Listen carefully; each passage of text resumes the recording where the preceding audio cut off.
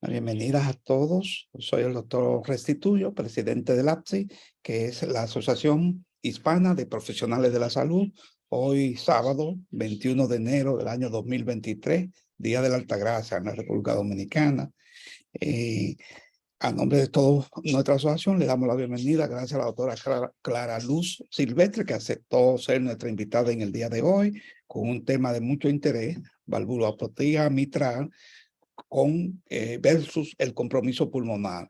En breve será introducida por la doctora Carmen Rodríguez en TVAS y Tu Voz, TVAS al día, de cada sábado a las 5 de la tarde en vivo.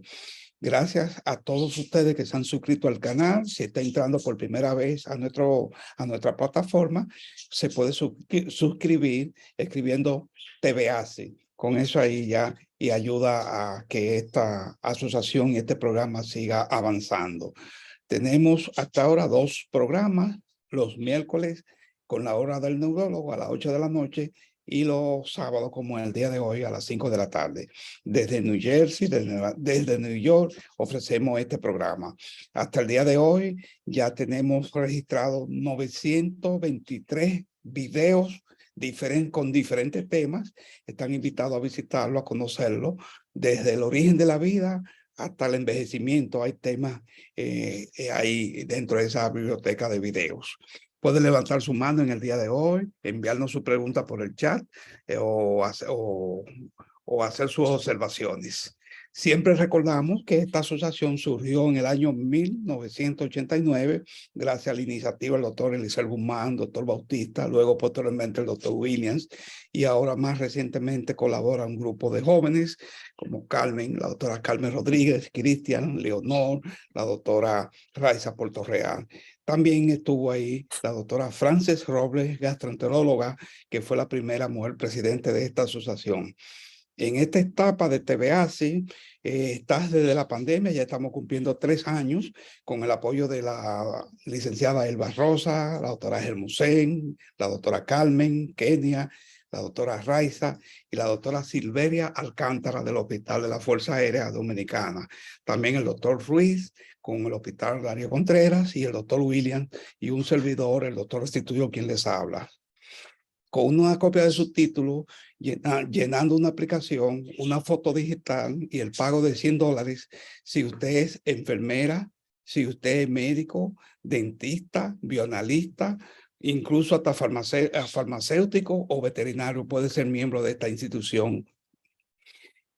Recibirá muchos beneficios, pero aquí no me detengo solamente a mencionar 3 por asunto de tiempo. Va a recibir un diploma de membresía permanente, va a recibir un ID y también la gran historia de pertenecer a una institución que ya cumplió 34 años. Nuestra invitada en el día de hoy no representa ningún conflicto de intereses, es invitada nuestra, así que le agradecemos a Clara Luz estar participando en el día de hoy.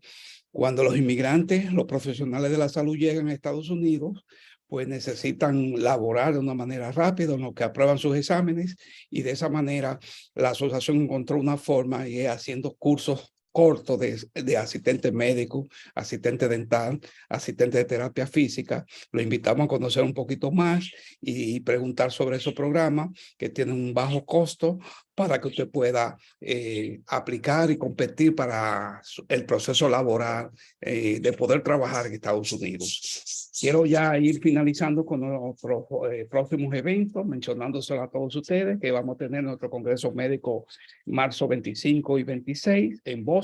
Ya el comité ha avanzado bastante trabajo. Aquí está parte del comité organizador, nos faltan algunos más. Algunos invitados que ya han confirmado su participación. Gracias por ese compromiso. Y además que vamos a tener varias ferias de la salud, varios congresos. En Montefiore vamos a estar de nuevo en mayo, el domingo 21 de mayo, en el Montefiore. Están invitados a registrarse.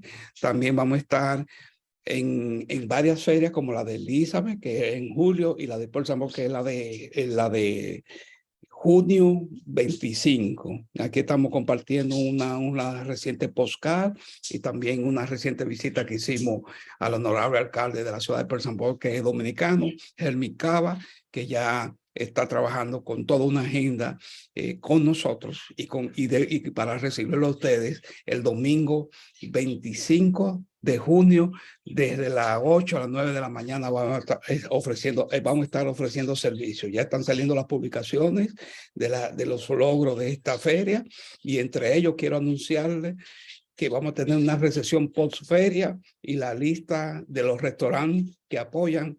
Déjeme decirle que está en 50 restaurantes que van a estar donando comida para recibirlo a ustedes el domingo 25 de junio. Sé que va a ser un evento bien grande, tal como se había hecho anteriormente. Doy paso a la doctora Carmen Rodríguez para introducir a nuestra invitada en el día de hoy. Gracias. Gracias, doctor Restituyo. Bueno, una vez más tenemos a una excelente maestra con un tema diferente hoy, y es la doctora Clara Cruz Silvestre, la cual es cardióloga, una reconocida cardióloga dominicana, que ha sido pasada presidente de la región este del Colegio de Cardiólogos, de la Asociación de Cardiólogos de la República Dominicana. Es maestra, ¿verdad?, del área clínica, y ha sido maestra también en el área de residencias, tanto de medicina familiar como de otras especialidades en la República Dominicana. Ella continúa su labor de enseñanza y hoy nos trae un tema bastante interesante, uno más de tantos que hay que abordar en el área de la cardiología, y qué más, ¿verdad?, que de mano de una experta. Recordemos que la doctora Silvestre, además de cardiólogo, es ergometrista y posee, por tanto, para hacer su maestría, ¿verdad?, en educación superior, además de ser escritora y poseer una hermosa familia. Hoy la doctora nos viene a hablar, ¿verdad?, sobre un tema bastante interesante, y voy a dejar que sea ella, pues, quien lo presente. Es sobre la valvulopatía mitral y el compromiso pulmonar. Gracias, doctora, puede comenzar a presentar su pantalla. Gracias por aceptar una vez más estar aquí presente con nosotros. Y, por supuesto, por enseñarnos parte de todo lo que usted sabe.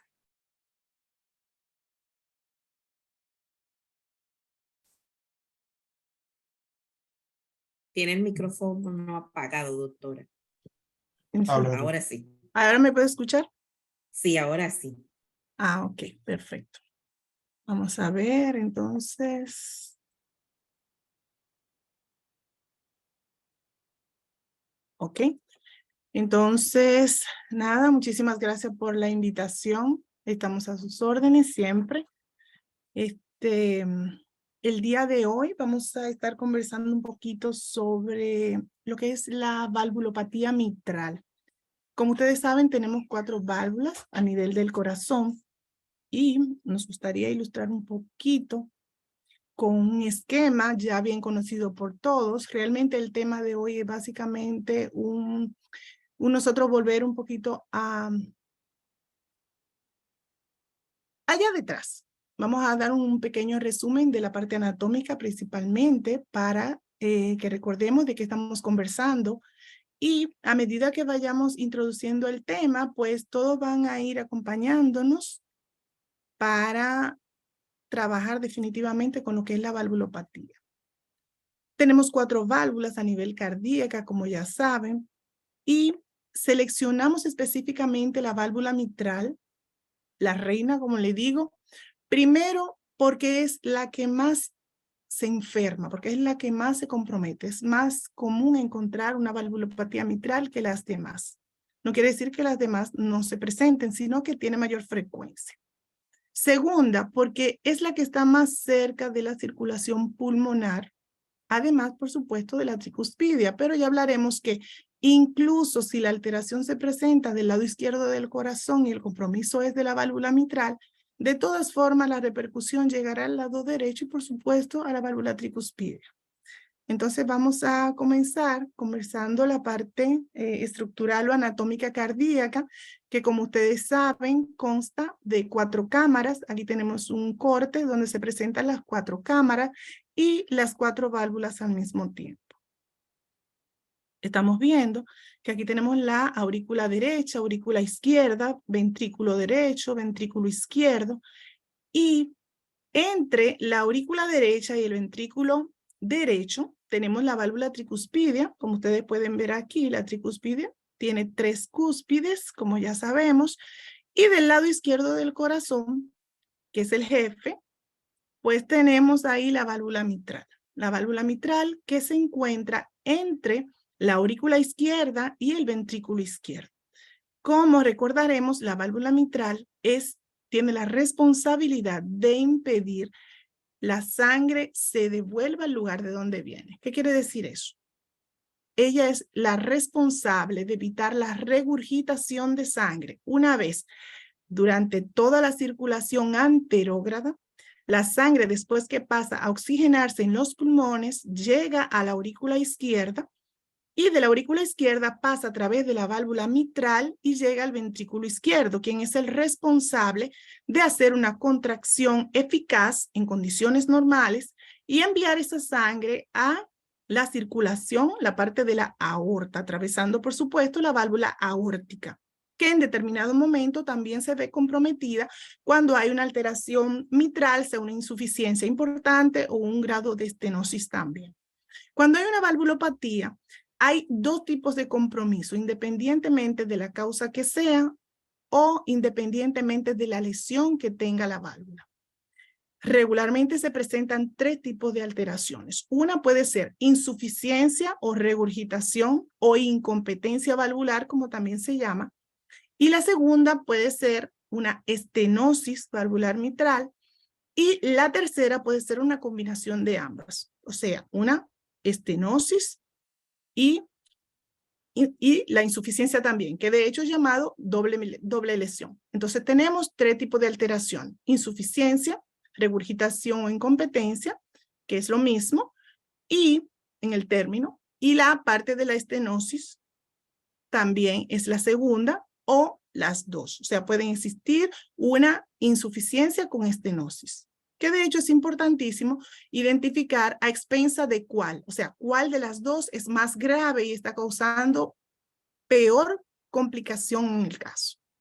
Entonces, eso ahí es en cuanto a la alteración que se puede encontrar en la válvula, insuficiencia y estenosis. Sin embargo, es muy importante identificar cuál de las 2 es la dominante para así tomar conducta con respecto a las alteraciones que se puedan encontrar. Seguimos el paseíto que estábamos dando con la parte anatómica. Vemos entonces que esta aquí es la válvula mitral, es bicúspide, tiene 2 cúspides, tiene una anterior, ¿verdad? Y una posterior. En el caso, esta alteración que se presenta a nivel de la válvula mitral es sumamente importante porque la incompetencia o la falta de coaptación a nivel de la valva de la válvula, pues da como consecuencia una regurgitación. O sea, una vez la sangre viene desde los pulmones hacia la aurícula izquierda, debe bajar, cuando abre la válvula, debe bajar en diástole, cuando el corazón se está llenando, es porque la válvula supuestamente abrió y le dio paso a la sangre hacia el ventrículo izquierdo. ¿Qué acontece en caso de que haya una incompetencia valvular? Pasa que como estas valvas no coaptan, no sellan, no cierran, cuando el ventrículo contrae en la fase de sístole, la sangre es eyectada hacia la aorta, pero además hay una parte que regurgita hacia la aurícula nuevamente de donde vino. Dependiendo del grado o la cantidad de volumen de sangre que se regurgite o que llegue nuevamente a la aurícula izquierda, pues tendremos mayor volumen acumulado en la aurícula, tendremos mayor presión en determinado momento, depende del tiempo que tenga, si es aguda o crónica, acumulada en la aurícula, y recuerden que va a seguir cayendo sangre desde los pulmones hacia la aurícula izquierda. ¿Qué quiere decir eso? Que va a juntarse la sangre regurgitante con la que llega del pulmón y eso va a hacer que aumente la cantidad de volumen a nivel de la aurícula, luego la cantidad de presión, y esto va a hacer que se produzca al tiempo una dilatación que sería una forma de ir compensando. Cuando es crónica, es mucho mejor tolerada por el paciente, pero en cuanto es aguda, no.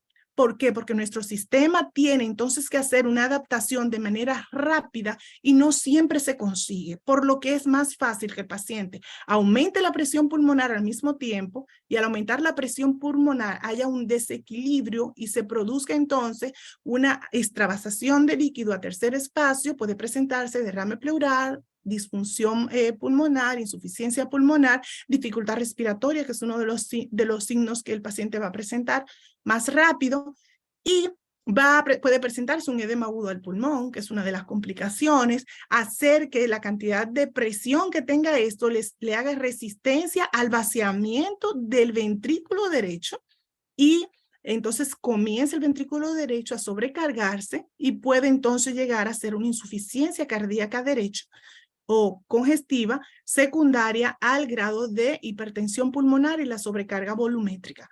Esto aquí entonces da como consecuencia que el paciente entre en fallo. Es lo que se llama también de cor pulmonar. Es una afectación cardíaca que se produce por un problema a nivel pulmonar. En este caso, pues casi siempre se presenta en pacientes con valvulopatías crónicas graves o aguda grave en el caso.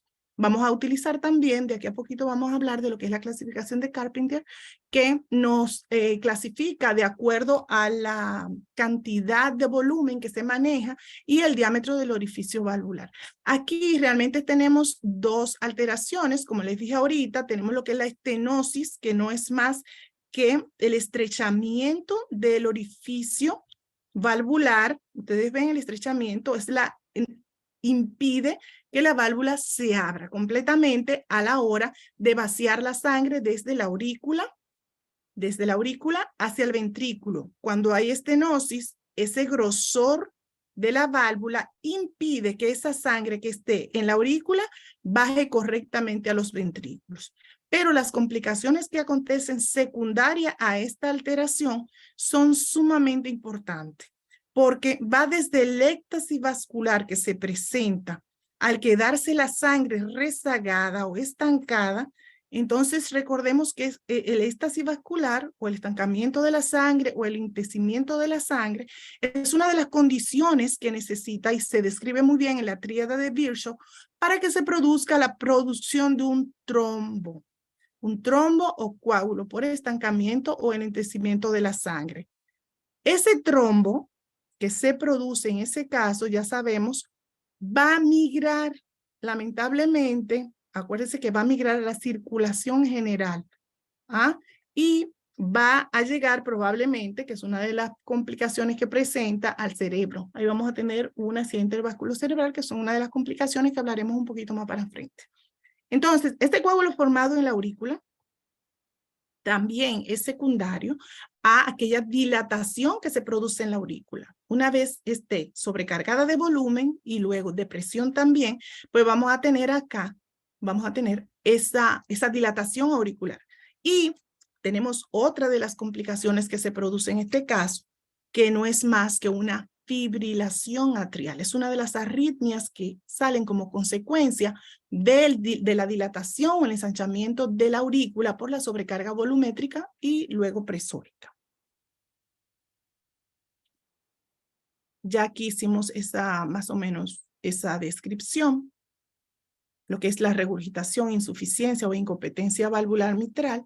Aquí tenemos una tomografía que muestra muy bien, ahí tiene su vidrio esmerilado, que le gusta mucho y en este tiempo de COVID pues se habló hasta el cansancio, aunque recuerden que no solamente en COVID usted va a encontrar esta imagen en vidrio esmerilado, sino que los pacientes pulmonares crónicos o los pacientes enfisematosos también pueden presentarla, además de esos problemas que son de tipo inflamatorio agudo. O sea que no es solo propio del COVID. O sea, usted no ve el vidrio esmerilado y ya usted dice, bueno, tiene un COVID. Puede ser, es uno de los diagnósticos diferenciales. Entonces, identificar el mecanismo de la valvulopatía es tan importante como establecer la severidad de la enfermedad. sea, cuál es el mecanismo de producción para usted identificar también la severidad de la enfermedad y cómo usted va a resolver el problema, ya sea clínico o quirúrgico, como la determinación de finalizar con el problema valvular, o si simplemente usted se va a quedar expectante a darle seguimiento clínico al paciente. Para su clasificación se emplean tanto parámetros anatómicos como funcionales, y para entender la fisiopatología de la entidad se utilizan los parámetros ya descritos por Kaplan.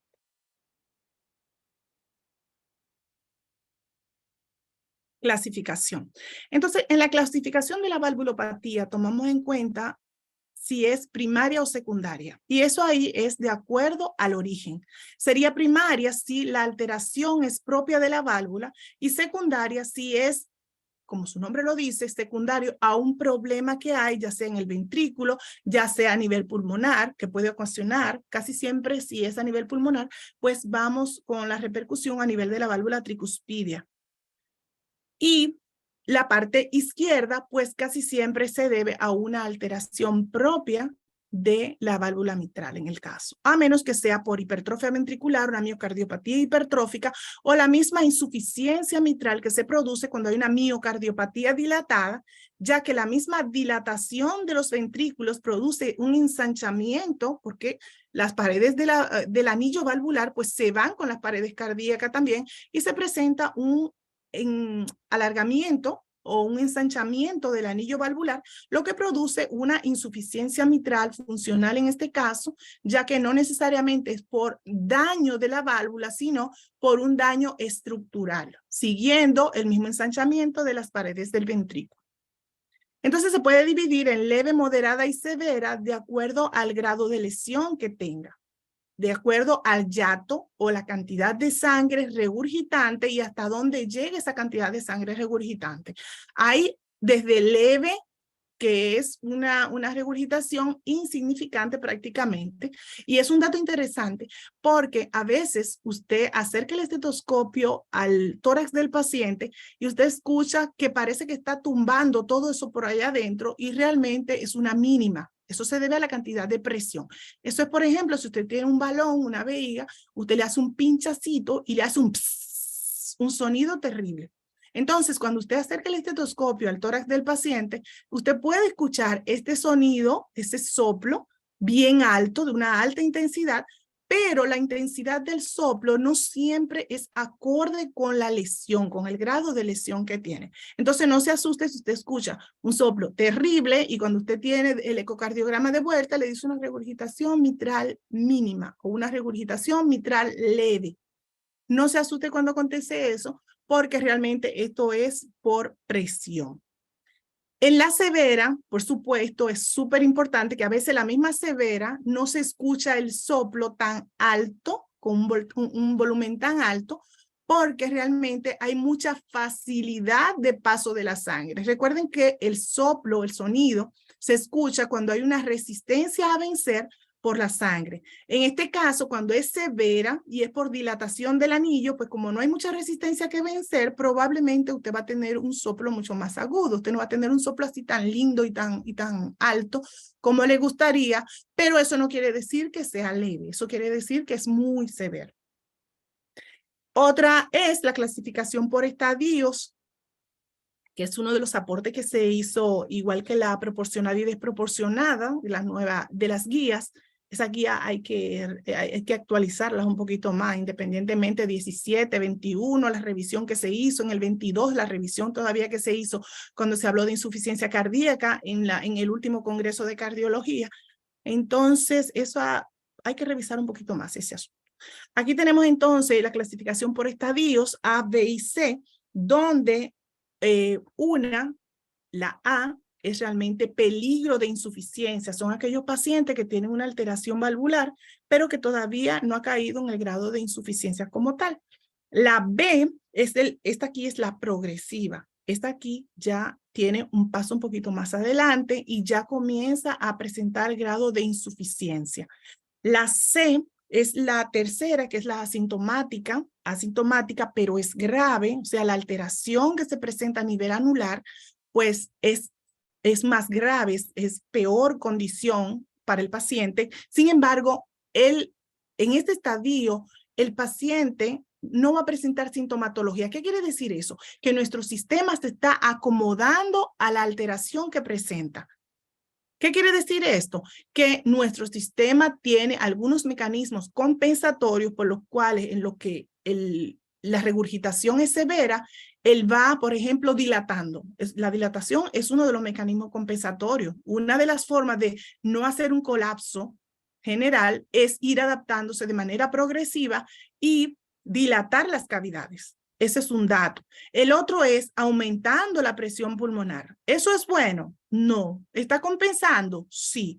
Ahora bien, cuando la presión pulmonar aumenta lo suficiente para presentar un grado de disnea, pues ya el paciente va a pasar a la cuarta fase, que es la D, que es la de grave sintomática. Ya el paciente comienza a presentar dificultad respiratoria a los mínimos esfuerzos.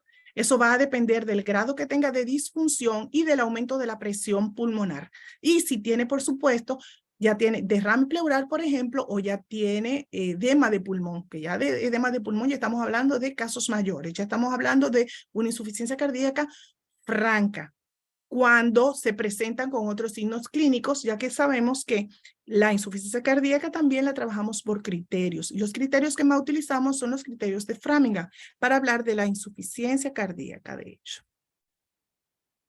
Los síntomas. Ya sabemos que la regurgitación de la válvula mitral suele ser leve. En ese caso, el paciente puede incluso no presentar sintomatología ninguna. Sin embargo, esta progresa lentamente cuando no hay nada que precipite, como en el caso una endocarditis infecciosa, por ejemplo, implantada en una válvula previamente lesionada, o implantada en una válvula sana, puede hacer de manera aguda una insuficiencia mitral. O en el caso de un infarto agudo del miocardio, por debilitamiento de las cuerdas tendinosas, de los músculos papilares o alteración a nivel anular. En ese caso, pues se va a presentar una insuficiencia aguda. Esa no va a tener tiempo para ir progresando lentamente, sino que el sistema va a tener que adaptarse a los cambios bruscos de presión, de volumen que se presenten en ese momento. Y hay dos datos importantes acá. Por ejemplo, cuando se presenta la insuficiencia importante, al igual que cuando se presenta, por ejemplo, la estenosis, hay dos repercusiones importantes. Y una es que si esta válvula está incompetente y la cantidad de sangre se está devolviendo hacia la aurícula y está dilatando y está llegando poca cantidad de sangre al ventrículo, porque sí, depende del grado de insuficiencia o del grado y la cantidad de volumen que se devuelva hacia la aurícula, va a ser entonces menor la que llega al ventrículo. Y recuerden que nuestro gasto cardíaco, que es la cantidad de sangre que bombea el corazón en ese minuto, va a depender básicamente de la sangre que llegue al ventrículo. En condiciones normales, el ventrículo debe estar en condición de bombear toda la sangre que le llegue. Pero en este caso, la cantidad de sangre va a ser menor, la que va a corresponder a ese ciclo, porque la mayoría se está devolviendo, si es moderado o severa la regurgitación. Entonces, si la mayoría se está devolviendo hacia la aurícula, es menor la cantidad que llega al ventrículo y, por supuesto, será menor la cantidad de sangre que se eyectará hacia la circulación general. Ya comenzamos a padecer la disminución de la concentración de oxígeno por disminución del volumen minuto. Entonces, eso ahí va a perjudicar el gasto cardíaco y a largo plazo, pues vamos a caer otra vez en insuficiencia cardíaca y no olvidemos que la disminución del aporte de oxígeno a los diferentes órganos y sistemas nos va a dar como consecuencia isquemia. Y recordamos otra cosa también, y es que a la salida del ventrículo izquierdo, las primeras que se alimentan, las primeras arterias que salen son las coronarias. Siendo así, si disminuye la cantidad de sangre que se eyecta, en diástole ustedes van a ver que el llenado de las coronarias va a ser mucho menor en ese caso y podemos tener isquemia por disminución de la llegada de sangre a las mismas coronarias. Recuerden que él es muy generoso, pero él se sirve primero, tiene sus arterias ahí prácticamente al inicio, en la raíz de la aorta prácticamente.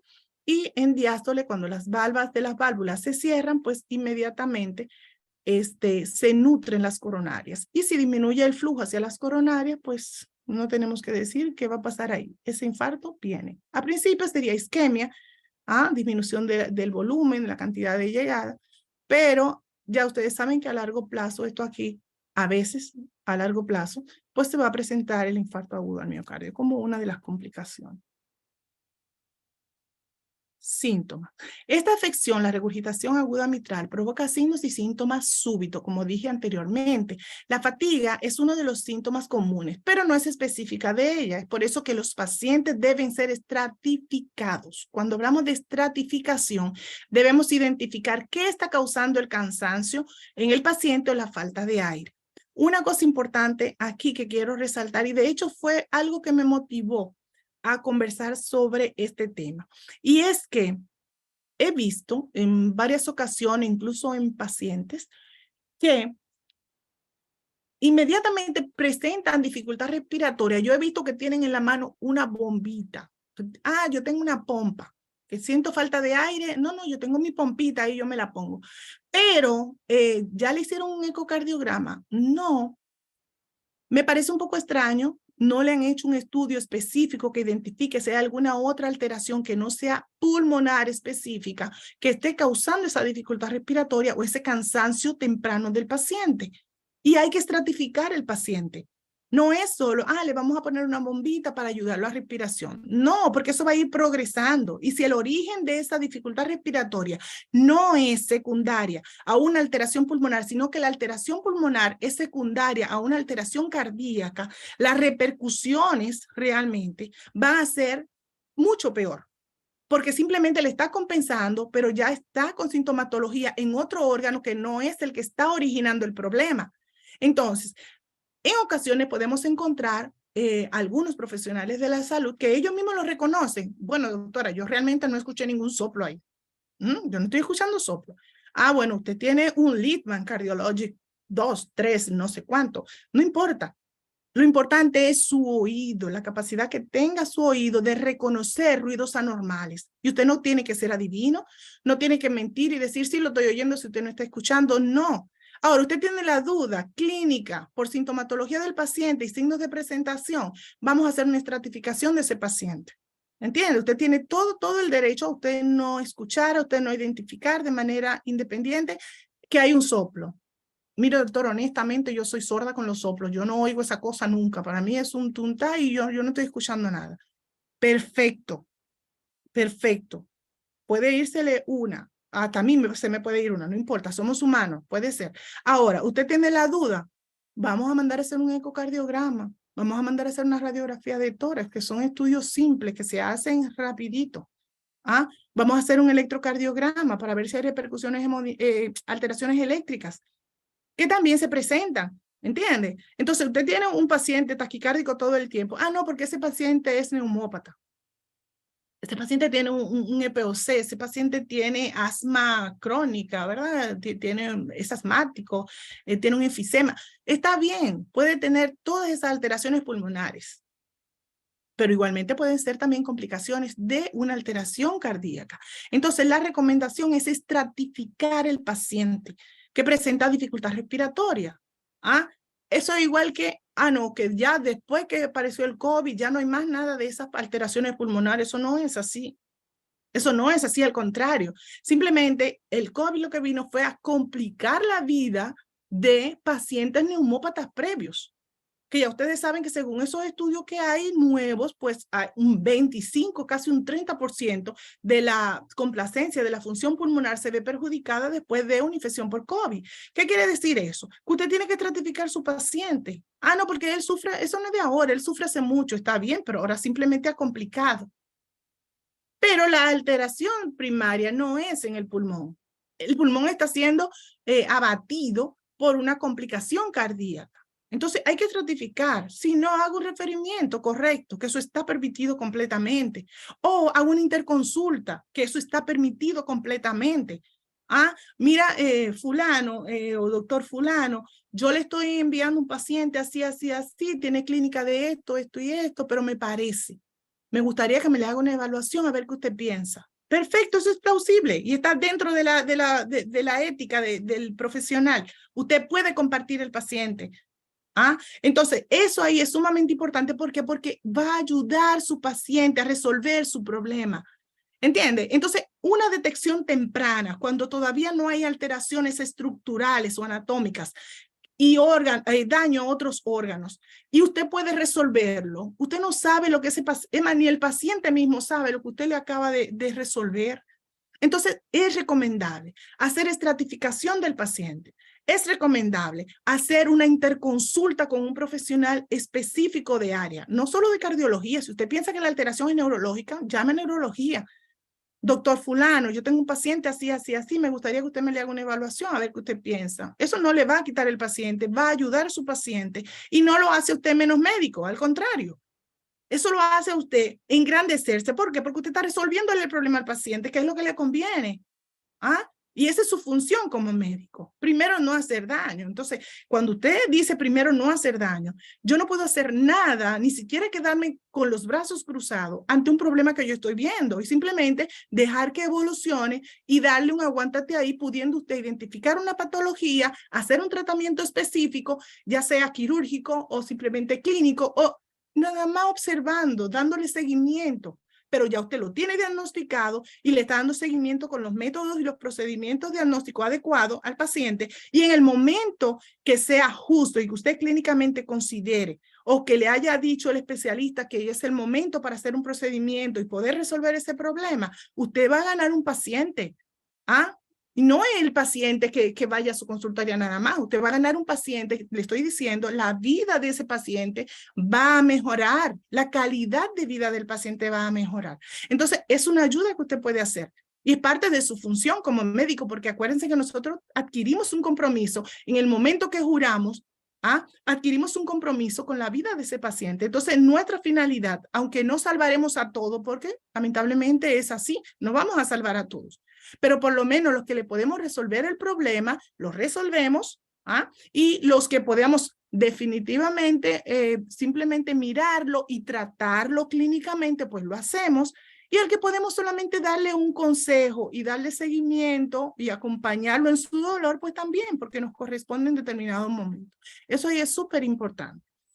Otra cosa, por ejemplo, dentro de las causas, ya sabemos, están las valvas de las válvulas que no cierran, eso es incompetencia, el prolapso y la regurgitación también, y la regurgitación de la válvula que se deben a compromisos estrictamente valvulares. Estos son las primarias, como conversé anteriormente. Entonces, si un problema o una enfermedad que afecta a otras áreas del corazón provoca una fuga en la válvula mitral, esta afección médica se llama regurgitación secundaria, porque no es originada a nivel de la válvula. El prolapso de la válvula mitral, ustedes ven aquí un dibujito bien interesante, solamente presenta las cuerdas tendinosas, que son las que se encargan de alar la valva para impedir que esta prolapse, como ustedes están viendo aquí. La coaptación no se hace normal, regular. Ustedes ven que hay una parte de la valva de la válvula que sube hacia la aurícula izquierda, sube hacia la aurícula izquierda, que es lo que se llama el prolapso. ¿Ok? Entonces, acuérdense que esa cuerda tendinosa está fija en unos botoncitos, prominencias, que se llaman músculos papilares, que son las que se encargan, ¿verdad?, de darle resistencia a las cuerdas tendinosas para que ellas puedan alar cuando va a cerrar la válvula. Si no hay una competencia importante en esas cuerdas tendinosas, pues ya vamos a ver que se suelta y va a prolapsar, ella va a ir hacia la aurícula izquierda. Ese espacio que queda entre las válvulas va a permitir el paso de la sangre hacia la aurícula.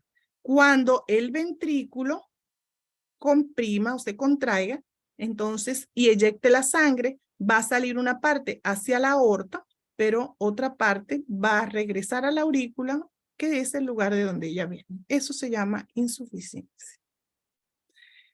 La fiebre reumática es un tema aparte que solo vamos a tratar un día. A mí me encanta, me apasiona ese tema. Es un poquito largo, pero es excelente. Entonces, aquí estamos en Estados Unidos y casi no se habla de eso porque supuestamente está erradicada, excepto que hubo, no me acuerdo si en el 77, no sé, no me acuerdo, que hubo un brote Pero aquí por lo menos están la mayoría resguardados porque acuérdense que el microorganismo responsable de la fiebre reumática es el estreptococo beta hemolítico del grupo A. Aquí tienen vacunas y la utilizan y el sistema de salud funciona hasta donde los pacientes permiten que funcione, para ponerse todas sus vacunas, estar al día en sus vacunas, y ha mejorado bastante lo que es el advenimiento de los antibióticos y la utilización de las vacunas, ha mejorado a tal grado que se considera prácticamente erradicada. O sea, cuando el paciente viene con una valvulopatía, difícilmente se piensa en fiebre reumática, porque supuestamente ya no se ven casos de esto, o se ven casos muy mínimos. Lo que no nos gustaría es que pasaran por alto algunos de los casos simplemente porque acuérdense que no hay un estudio específico que diga, mire, ese paciente tiene fiebre reumática. No, es por criterios. Y para unir esos criterios en ese paciente, usted tiene que pensarlo. Me acuerdo del doctor Toussaint, Ángel Toussaint. Nunca voy a olvidar a mi profesor de semio. Si usted el diagnóstico no lo pensó, usted no lo va a hacer nunca en su vida. Y más esos diagnósticos que son por criterios. Usted tiene que unir los criterios, 5 criterios. Usted tiene que conseguirse 3 y 1 menor, 2 y 3 menores, de 1 si es la Corea. Recuerden que aunque hablamos de Corea, no estamos hablando de otro tipo de Corea que no sea la Corea de Sydenham, que es diferente a la Corea de Huntington y otros tipos de alteraciones coreiformes que se presentan. Entonces, cuando se presenta la Corea de Sydenham, pues entonces sí podemos dar como único criterio, pero después los demás tienen que ser combinaciones de criterios. Por lo tanto, si usted no pensó en el diagnóstico, usted nunca va a unificar esos criterios. Y otra cosa importante, nunca aparecen los 5 criterios en un mismo paciente, es muy raro. Usted puede escribirlo en el librito, porque que aparezcan todos los criterios al mismo tiempo es muy difícil. Incluso usted puede durante su historia clínica con su paciente comenzar a preguntar desde cuándo está haciendo los dolores articulares, la fiebre, cuándo hizo la amigdalitis, las alteraciones específicas que se producen para que usted piense en el diagnóstico. Si no lo piensa, no lo va a hacer jamás. Entonces, estas infecciones mal tratadas o no tratadas, reumáticas, son la principal responsable tanto de la estenosis mitral como de la insuficiencia, las alteraciones de la válvula mitral. Entonces, en estos países donde prácticamente está erradicada, prácticamente, porque deben haber 2 o 3 por ahí, están erradicadas, pues la principal causa es la valvulopatía degenerativa. Eso ahí también se está viendo. Y hay otras alteraciones como son infecciones a repetición, algún tipo de endocarditis implantada en válvula sana, isquemia, cuando se presenta, por ejemplo, un infarto agudo del miocardio, presenta debilitamiento tanto de las cuerdas tendinosas como de los músculos papilares, y esto puede causar una insuficiencia de tipo isquémico. Entonces también es otra de las valvulopatías o las producidas por la miocardiopatía dilatada o hipertrofia. Entonces, es muy importante. Ahora bien, eso estamos hablando aquí en Estados Unidos. Sin embargo, en los países de América Latina o en algunos otros países donde realmente están en vías de desarrollo, pues entonces sí se presenta y de hecho es la principal causa. Por eso es importante hacer hincapié en la fiebre reumática, la detección y utilización de los criterios clínicos para usted identificar la presencia de la fiebre reumática. Y ahí está un modelo excelente, que es los niños que tienen de 5 a 15 años y presentan infecciones de amigdalitis a repetición. Es súper importante que esa amigdalitis a repetición son las responsables, sobre todo estos niños que presentan 3, 4, 5 amigdalitis durante un año completo. Es un récord, 5, 6 amigdalitis. Entonces, y recuerden que el microorganismo, que es el estreptococo beta hemolítico grupo A, que regularmente presenta esas infecciones de amigdalitis, pues regularmente tienen afinidad por la parte inmunológica de la persona. Por ejemplo, ustedes han tenido experiencia en algunas casas donde hay 3 niños, 4 niños en una misma casa y solo uno hace amigdalitis a repetición. Entonces, bueno, María, esa niña siempre está con una amigdalitis. Quien tiene afinidad en esa casa, o probablemente entre todos los hermanitos de María, es ella. tiene afinidad inmunológica con el estreptococo. Y es un caso muy importante porque son los pacientes que están expuestos a hacer esta infección y son los pacientes que tienen esa predisposición también a hacer esa valvulopatía secundaria a este tipo de infección. Cuando la enfermedad reumática o la fiebre reumática produce la alteración valvular, entonces se llama esa enfermedad de tipo reumática, o una insuficiencia valvular reumática o una estenosis valvular reumática. La fiebre reumática es poco frecuente en los Estados Unidos, no quiere decir que no hay, como dije anteriormente. Aquí hay una imagen muy bonita que se presenta para nosotros, a los ojos de nosotros es muy bonita, que es un implante a nivel de la válvula de vegetación. Esos son los nidos del microorganismo, realmente una endocarditis infecciosa, que esto aquí le puede desbaratar una válvula en lo que usted menos piensa. En lo que usted menos piensa, y todavía sigue siendo el microorganismo responsable de esa endocarditis, pues el Staphylococcus aureus. Eso fue reforzado en el último congreso del 2022. Que el Staphylococcus aureus sigue siendo el patrón oro de los microorganismos para la endocarditis infecciosa. Puede ser por cualquier otro microorganismo, puede ser por fungus, puede ser por virus, puede ser, pero la mayoría de las veces es bacteriana y puede desbaratar la válvula rapidísimo de manera aguda y la sepsis puede llevarse al paciente sin que usted lo piense. Entonces hay que reforzar la profilaxia para endocarditis. Aunque es un detalle muy importante también que esta infección que se produce a nivel de esa válvula, incluso se puede implantar en válvula sana, vuelvo y repito, lo he dicho 3 veces ya, para que quede siempre, en que usted tiene que pensar en los criterios que se utilizan también para endocarditis infecciosa. ¿Por qué?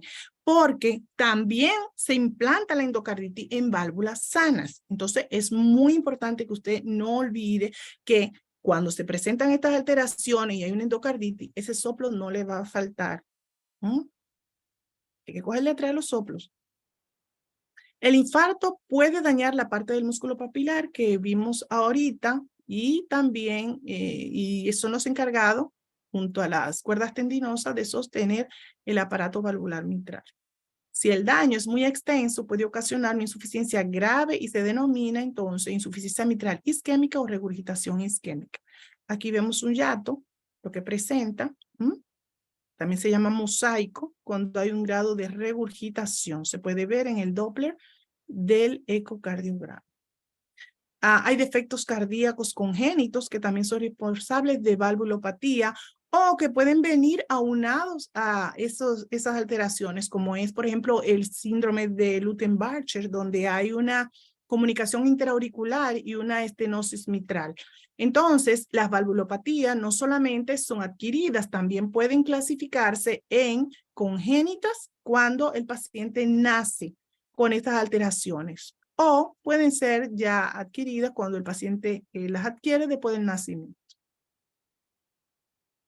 Las miocardiopatías, como mencionamos ahorita, tanto la dilatada como la hipertrófica, también pueden causar valvulopatías. Aquí ustedes ven en la dilatada, le hice mención ahorita que cuando el corazón se dilata lo suficiente, pues el anillo de la válvula viene con la pared. ¿Qué quiere decir? A medida que se ensancha la pared, dilatándose, pues el anillo valvular se retrae, ¿verdad?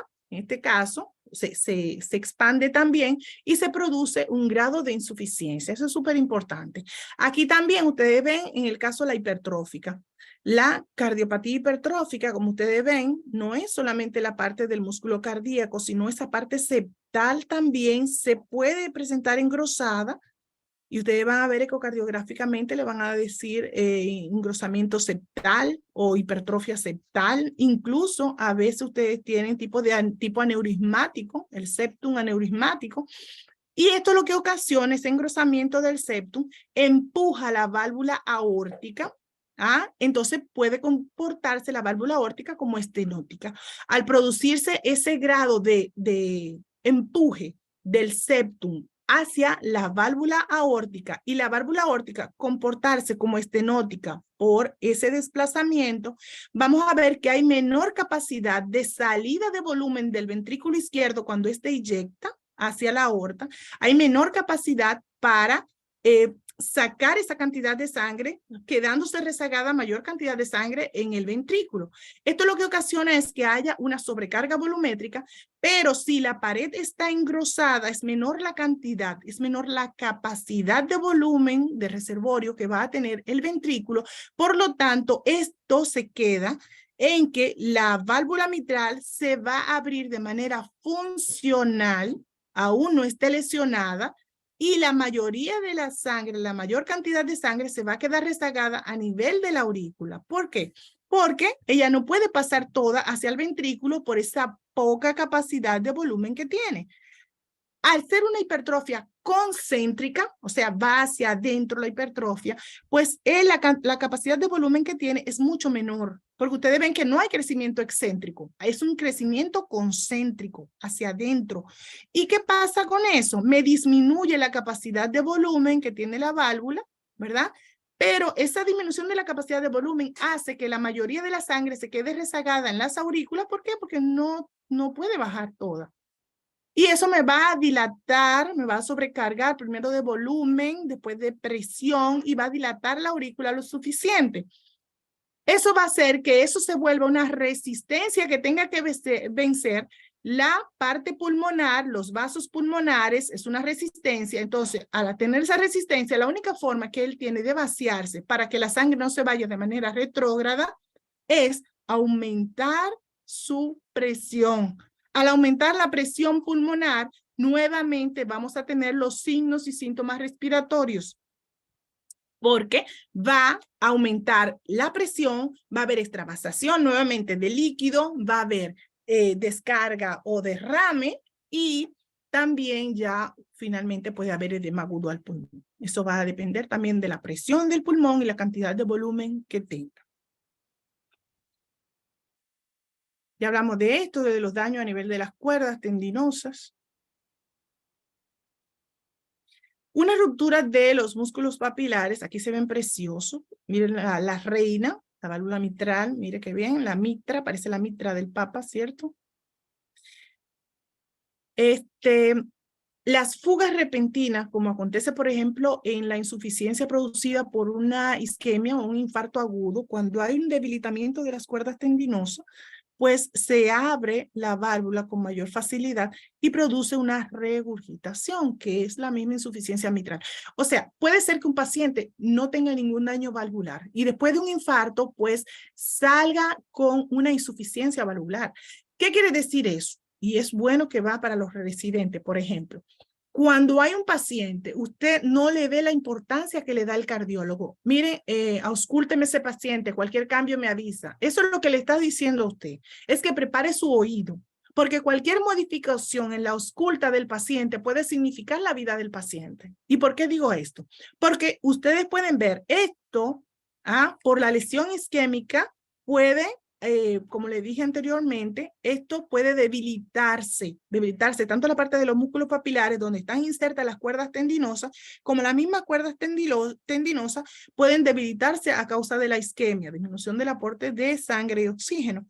Al acontecer esto, pues entonces se produce la insuficiencia mitral aguda. Recuerden que conversamos que cuando la insuficiencia mitral es aguda, imagínense que sea por una ruptura de cuerdas tendinosas, es un desastre.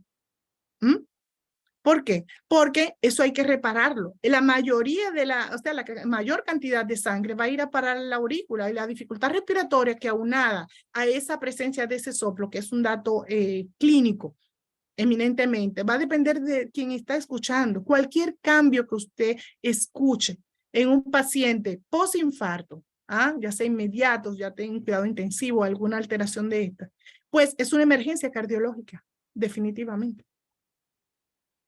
Por ejemplo, una lesión de tórax, como acontece en los accidentes automovilísticos, donde la mayoría de las veces el guía se choca contra el tórax, puede presentar una ruptura también de cuerdas tendinosas. Y no digo, bueno, de cuerda tendinosa vamos a decir, pero ya cuando llegó allá, ustedes saben que la lesión, el trauma a nivel torácico, ya produjo un devastado a nivel de corazón, si fue en el tórax que presentó. Pero es sumamente importante la ausculta cardíaca. Eso semiológicamente es importantísimo, y para la vida del paciente también. Eso ahí yo le doy una importancia máxima. Usted dirá, bueno, doctora, ¿usted por qué la rama de cardiología? No, si usted está en la rama de pulmón también, los neumólogos, pues es muy importante también eso. No es solamente si tiene crepitantes, sibilantes y roncos, ¿no? ¿Por qué? Porque eso puede ser secundario a otra alteración. Entonces, igualmente, neurología, no, porque lo que tiene el paciente es un accidente cerebrovascular. Perfecto, pero una de las principales causas de tipo cardiogénica de los accidentes cerebrovasculares es la presencia de arritmias. En este caso, la más frecuente es la fibrilación atrial.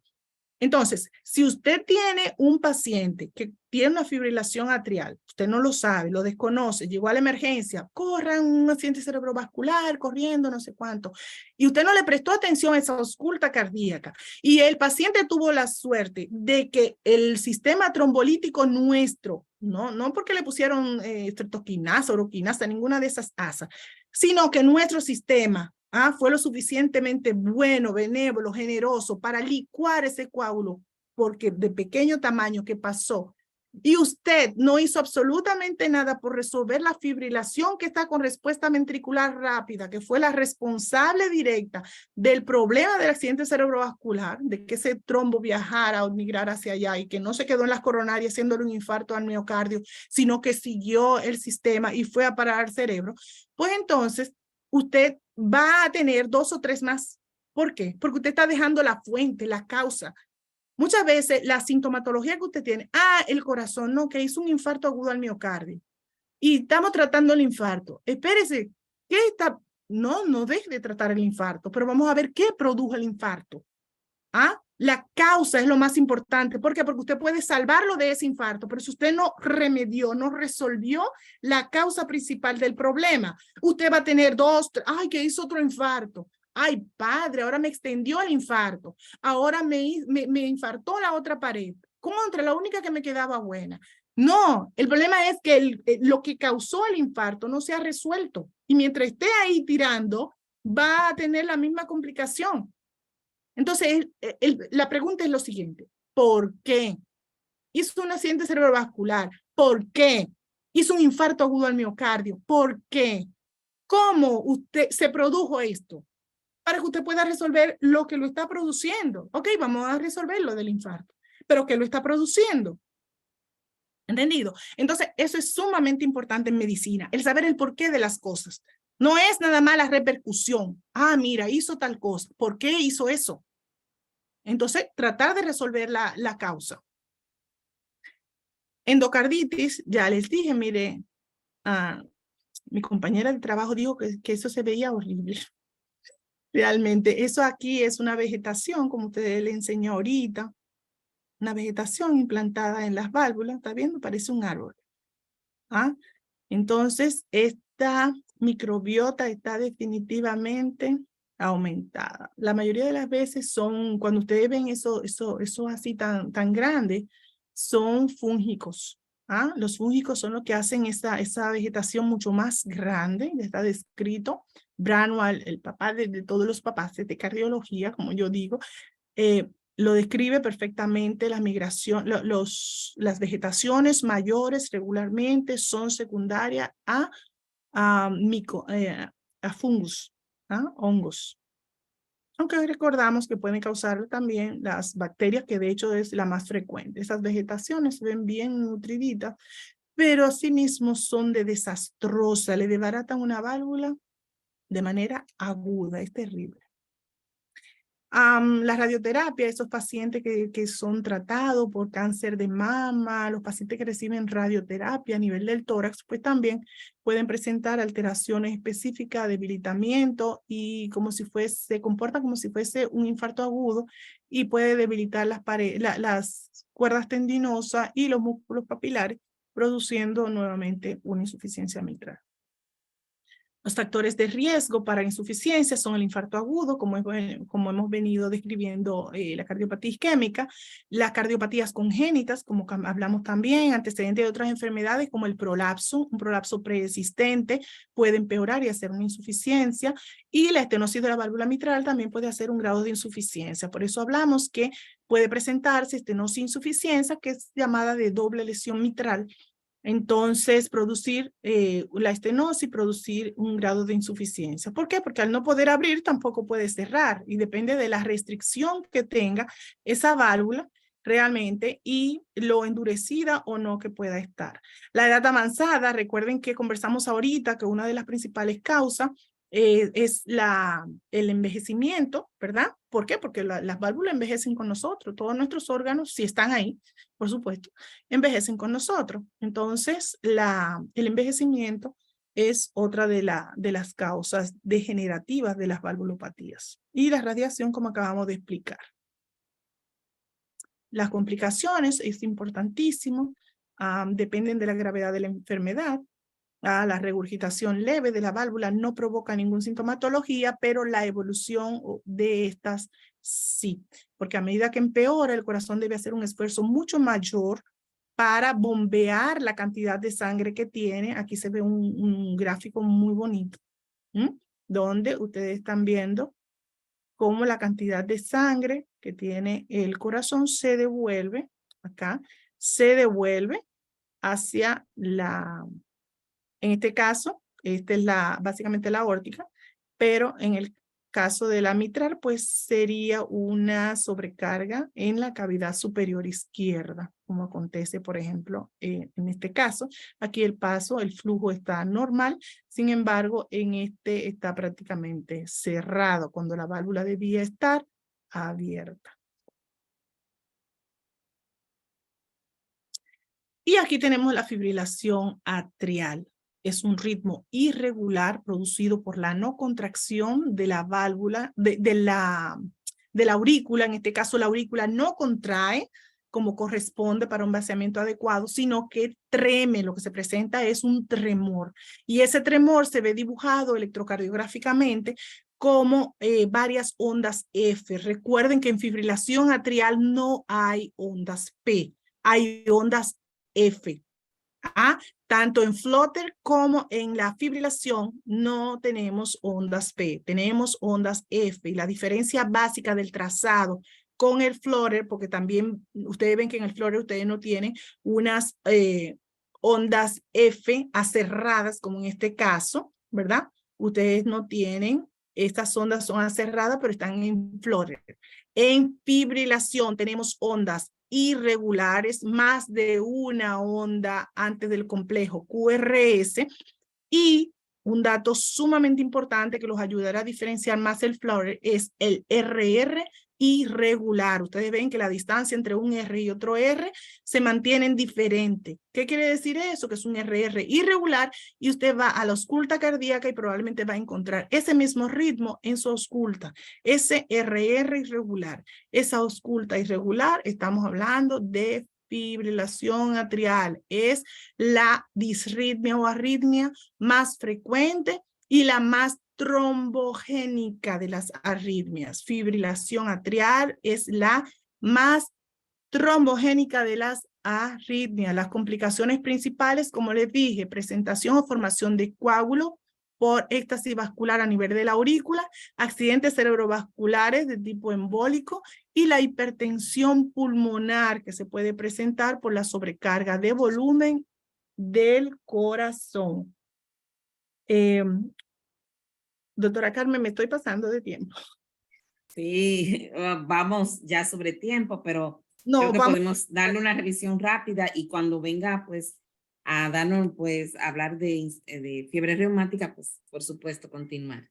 Está bien. No, de manera rápida simplemente vamos a hablar del manejo. El manejo que puede ser clínico o puede ser un manejo quirúrgico. Regularmente cuando es el manejo clínico va a depender de la sintomatología del paciente, de la que tiene, y si es manejo quirúrgico eso depende de encontrar el tiempo adecuado para nosotros hacer el manejo del paciente. Eso es suficiente para ver si el paciente no está calcificado, porque si está calcificada la válvula no debe repararse, sino debe cambiarse, para evitar ruptura de esa parte calcificada y migración de esos trocitos de calcio que se irían directamente a la circulación general, o si el paciente está muy calcificado sería cambio de válvula definitivamente.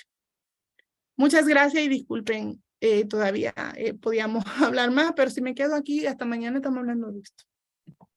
Gracias por su pasión, por sus conocimientos, compartirlos con todos nosotros. Yo lo estaba disfrutando y me quedo precisamente con una reflexión que usted dijo. No solamente tratemos el infarto, tratemos la causa. No nos olvidemos de por qué está pasando. Sí, doctor Restituyo, ¿alguna Sí, pregunta? excelente, cómo no. Sí, Sí. vamos a abrir, a permitirle que usen su micrófono. Pueden abrirlo o levantar la mano como consideren. Sí, tenemos al doctor José Pérez, Carmen, en la línea. ¿Puede abrir el micrófono, José? Buenas Adelante. noches. Buenas. Doctora, Adelante. este problema de las válvulas, ¿qué podríamos hacer para evitar que pase en los pacientes? ¿Qué forma de vida, qué cosas podríamos hacer para evitar? Porque el problema de nuestro país es que tenemos muchas cosas, pero no promovemos la salud. Simplemente tenemos un sistema de salud hospitalario, simplemente. ¿Qué usted cree que podríamos hacer para evitar esos problemas de salud, sobre valvulopatías? Entonces vamos a volver a nuestros inicios. Lo primero que hay que preguntarse es cuál es la causa. ¿Por qué acontece esto? A menos que no sea congénita, que ya el paciente nació con ella y tenemos que resolver si eso hay que operar, si es simplemente observación, el problema es con las adquiridas. ¿Cuál es la principal causa? Fiebre reumática. ¿Cuál es la principal causa de la fiebre reumática? Infecciones estreptocócicas. Ahí vamos de nuevo. Vamos a cuidar al niño presente principalmente, 5 a 15 años. Vamos a cuidar a ese niño que tiene infecciones amigdalíticas a repetición. Pero ¿y qué vamos a hacer con eso? Hay varias formas. Lo primero es identificar si ese paciente tiene más de 3, 4 infecciones al año. Ir a hacer una consulta con un facultativo. Puede ser otorrino que le va a dar las pautas que tienen por su sociedad. Y regularmente, algo que no se hace y debía, es hacer la profilaxia antibiótica, pero hacerla con criterio. Porque acuérdense que en la época del año 01, y yo fui una de las muy maltratadas con esto, como hacía amigdalitis a repetición, pues era una inyección todos los meses, eso es horrible. O cirugía. Eso es horrible. No, cirugía era otra, pero ya en las guías actuales no se utiliza la cirugía como una primera forma. Ya recuerde que también las amígdalas son unas glándulas y son parte de nuestro sistema inmunológico. Entonces, ¿qué es lo que se hace? A menos que no estén muy dañadas ya con muchos cráteres, las amígdalas, pues no hay necesidad de sacarlas. Si no están tan enfermas que no puedan ayudarnos en ninguna otra cosa, pues ellas se dejan, claro, y lo que hay que evitar el contacto con las infecciones. Recuerden que las infecciones son fáciles de adquirir, sobre todo las que son por vía oral. La utilización de utensilios una persona con la otra cuando está infectada es un cuidado que hay que tener. Pero me parece, doctora Silvestre, que el doctor José Pérez se refería o se refiere a las condiciones socioeconómicas, porque usted lo dijo al principio de su conferencia. Estados Unidos, países desarrollados, prácticamente no existe la fiebre reumática y es que las condiciones han mejorado. Y en República Dominicana no es el ejemplo todavía, porque es frecuente la amigdalitis todavía, ¿verdad? La infección de la garganta. Entonces, lo que hay que tratar cuando se presenta, tratarlas, pero tratarlas bien tratadas. No es que vamos a utilizar 2 pastillas de antibiótico hasta que me mejore y no hacer el tratamiento completo. Ya sabemos que los tratamientos antibióticos usted lo hace o no lo hace. ¿Por qué? Porque hemos creado un monstruo que es la megabacteria gracias a la utilización de los antibióticos y ustedes saben, automedicación. El cambio de 3 y 4 antibióticos antes de decir, bueno, ahora como esos antibióticos no me sirvieron para nada, se tomó 2. 2 ahora, 3 pasado mañana 2, después 2 Claro. Sí. Y no me sirvieron para nada, voy a ir ahora al médico, cuando su primera opción debió ser ir al médico para que lo aconseje correctamente, le indique correctamente los antibióticos y le resuelva el problema de la amigdalitis, en el caso, si es bacteriana, sobre todo, ¿verdad que sí? y si es por el estreptococo. Es súper importante identificar la presencia del estreptococo. Aquí yo veo que con mucha facilidad en la consulta se hace la identificación de la presencia del estreptococo. Ahí mismo en la consulta. ¿Cómo hacen la consulta? ¿Ah? Sí, No, tiene que exactamente. ser cultivo de 3 días, el paciente ya no tiene ni Sí, ver, entonces no, ya entiendes, se nos pierde el paciente y se mejora en ese momento, pero el se ha hecho una corazón rutina. viendo Exactamente. la rutina. Doctora, en su experiencia por ejemplo, para nuestro país, la República Dominicana, comparado con otra valvulopatía, ¿cuál es la frecuencia comparado con otra? En la mitral comparado con otra. No, definitivamente la mitral es la más frecuente. Un Es la más frecuente. un 50% de los pacientes que hace infección estreptocócica hace valvulopatía mitral. Y el 99% es la mitral, ¿ok? El 50% que las hace, la valvulopatía por estreptococo, el 99% de esa es la mitral, la válvula afectada. Okay. Sí. ¿Alguna otra pregunta del público? Doctora Carmen, ¿alguien o un comentario? ¿O alguna duda? No veo por ahora. Ok. Pero si alguien quiere abrir su micrófono. Déjame decir Doctor. algo. Sí, José. Podría. Mire, Sí, adelante. a mí en mi pueblo San Adrián de Goya, una vez me dio una amigdalitis aguda en una sola amígdala, creo que fue la izquierda. Me pusieron un antibiótico y más nunca me ha dado eso. No sé qué pasó. No, Parece que adquirí inmunidad Inmunidad. para Sí. toda la vida por ser prieto. No, no necesariamente. Hábitos, está haciendo hábitos de higiene mucho mejor y eso es importante. La alimentación, lo que está comiendo, ¿verdad? Eso es importante. La alimentación, Sí. el hábito del cepillado, evitar el contacto, porque recuerden que tenemos muchos microorganismos en la boca y aunque el principal es el estreptococo, el causante de la fiebre reumática, pues infecciones de todas partes, pues son importantes porque pueden hacer, recuerden, endocarditis en válvula sana y eso produce valvulopatías también. Muy bien. ¿Alguien más? Yo creo que... Buenas sí, adelante. saludos. Sí, Buenas noches. Buenas noches, doctor Chalas. Yo soy el doctor Rudy Chalas. Sí. A mí me hicieron llegar la invitación y estoy participando, sobre todo tenía ese deseo ardiente de escuchar a la maestra, doctora Clara Luz Silvestre. Yo soy médico emergenciólogo. Ella participó de gran forma en nuestra formación aquí en la Universidad Central del Este y también en la residencia médica. Profesora, maestra, es una delicia siempre escucharla. Es verdad que migró para ayudar ampliar ese conocimiento en otro horizonte, pero nosotros aquí siempre la disfrutamos. Y qué bueno. Gusto en oír. Sí, qué bueno, doctora, que está hablando de esos temas que realmente, como yo lo estaba diciendo ayer con los residentes, realmente esas lesiones son porque hay una deficiencia, como dijo el doctor ahorita, una deficiencia en nuestro sistema de salud, por ejemplo, en República Dominicana. Eso son captación de atención primaria.